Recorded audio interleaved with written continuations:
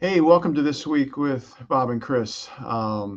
This week, I wanted to reach out and talk to Chris and talk about some of these Apple updates that are coming out. A lot of people think Apples don't have problems because they just work, and not always true. And this week was no exception. And there's plenty of updates out there, and just figured we'd run through some of what's going on.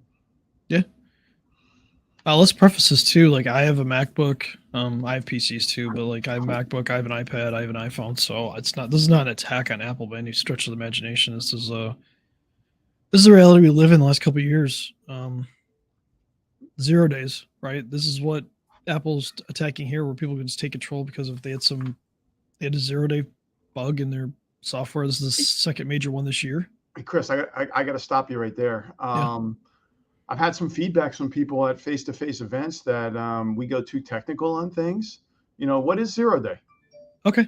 0 day is an exploit that hasn't been patched yet, and maybe being used in the wild, but nobody really is. It just hasn't been patched basically. So there's no patch out for it, and it can be exploited. So a good example. I don't know if anybody heard about the Pegasus software that was infecting iPhones. 2020 to 2021, and they were used to spy on like certain government agencies and things like that. It was made by an Israeli firm. It used a 0 day in iOS, so iPhones or iPads, and basically someone could click on a text message, and if they clicked on that text message, the link of the text message, their phone was automatically taken over, and they didn't even know it. So they Wow. could read their text, they could do whatever they wanted, and this is a big problem. It was So, actually it took a lot to even find it. It was one of the most advanced 0 day exploits that people have really ever seen. So so 0 day exploits really are things that the existing tools that are out there don't know about, right, and they're not detecting it, and the bad guys are getting in. yeah, they're not patched yet. So when they do it, Microsoft like 2 days ago just patched two more 0 days in Windows, and same thing. Like they could be exploited before that, and I think they were being exploited in the wild, and then they patch them, and then it's on us and on IT people in general to make sure that we're updating stuff. And one of the downsides I see with Apple is people don't update their devices very often, and the automatic update from Apple takes a while. You don't Right. always get that automatic update right away. You should. So when somebody releases something like this is like, no, you need to manually go do this. Yeah, I think And Apple and Microsoft both control the updates in case anything explodes, but yep. it goes sideways on the update. But like Chris is saying, go into settings and select updates and do it now. And Well, especially in Mac, and MacBooks and Mac Minis and things like that, I see so many people running old versions of Mac OS. It's crazy. It's crazy. Like nobody, they just don't do the update, and then for whatever reason, Apple doesn't push it and force it. Whereas yep, in the iPad and now the iPhone, like you can kind of turn on automatic updates, and it'll eventually give you the update. But if you're sitting there and you're running something that has a security vulnerability, and Apple doesn't really push the update for 30 days, you're sitting there 30 days just having that exploit open, and the longer you go from the time it's released, the more risk you have that it's going to be exploited. So absolutely. And we're also seeing that the updates now, a lot of third-party applications. I know Microsoft Office yep. running on the Mac won't run on older versions, so that actually helps us with the messaging with the clients to well, really do the upgrades because they can't run.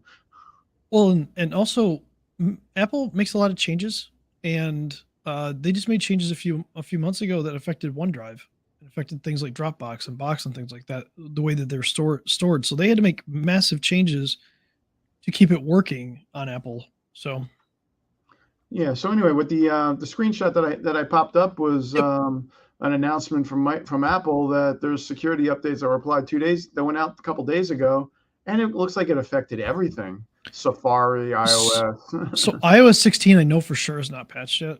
So that's something that Apple needs to get rolled out. hmm Um, And it looks like I they it looks yeah like they it looks like they're still doing updates to 11.7 on Mac OS and 12.6. yeah. Wow. So some things might not support Monterey. So and then Ventura is going to be out here in October. So that'll be the next version. But yeah, it's something to keep in mind. Like I said, iOS 16, I know I'm running it and it's not patched yet. It's still running the normal one. So we're sitting here waiting on Apple to release it. I'm sure 16.01 or something. It probably won't be 16.1. It'll probably be like 16.01 or 16 dot something that'll come out soon. Yeah, and we aren't here to sell Apple hardware or anything, but all those old iPads that won't get up, iPads and iPhones that don't get updates anymore, Yep. are probably vulnerable.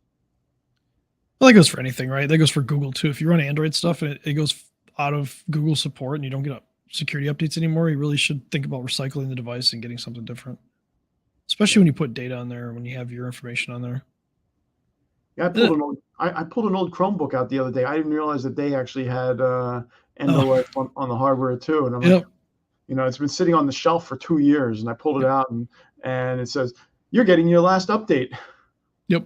Yeah, they end of life them for hardware and stuff like that. So they're far more strict than Microsoft is. Microsoft's like, yeah, we'll support stuff for a long time, and even you go back 6, 7, 8, 9 years, you can still get support on even somewhat newer operating systems. Windows 11 kind of changed that a little bit, but Windows 10, like you could sell stuff that was 2012, 2013, and it would run Windows 10. Yeah. Like So I guess Google, I think is 5 years. so I guess the message this week really is, Yeah, if you got an Apple device or an Android device, but all the devices, go in and run the updates, and don't depend on just getting the automatic updates, because the vendors are delaying them a little bit to slow things down. But right now, with everything happening in the wild, and it's been patched, you better be using it. yeah, absolutely. And I think that's all I got for this week. Um, you got anything else? I'm not sure what else is happening in our lives, but I make a little comment on last week. I got reached out by a major news organization to maybe kind of do a follow up. So if anybody knows anybody that's experienced like Wi-Fi jamming or anything, let me know. Or had some sort of Wi-Fi blocking experience, let me know because I might have an opportunity that we can talk about. So that would be great. Yeah, the Wi-Fi jamming is that was the first I had heard of that one. We heard that coming off of the music that was crashed that we talked about a couple weeks ago that yeah, crashed the hard drive, and you never know where the next vulnerability is going to be. yeah, and as criminals get smarter too, it's going to be it's a lot. It's hardware gets cheaper, gets easier to do, and it's going to happen more and more. So as more if these stories come out, it gives them ideas as well. So, but we got to get ahead of it. Yep. Cool. Awesome. All right, Well, good talking to you. have a good week, everyone. If you have something you'd like us to talk about in the future, it is Cybersecurity Awareness Month coming up next month. Yeah, So put any comments, requests, and if you haven't assessed your business risk yet, check out the link in the chat, and we'll go from there. sounds good.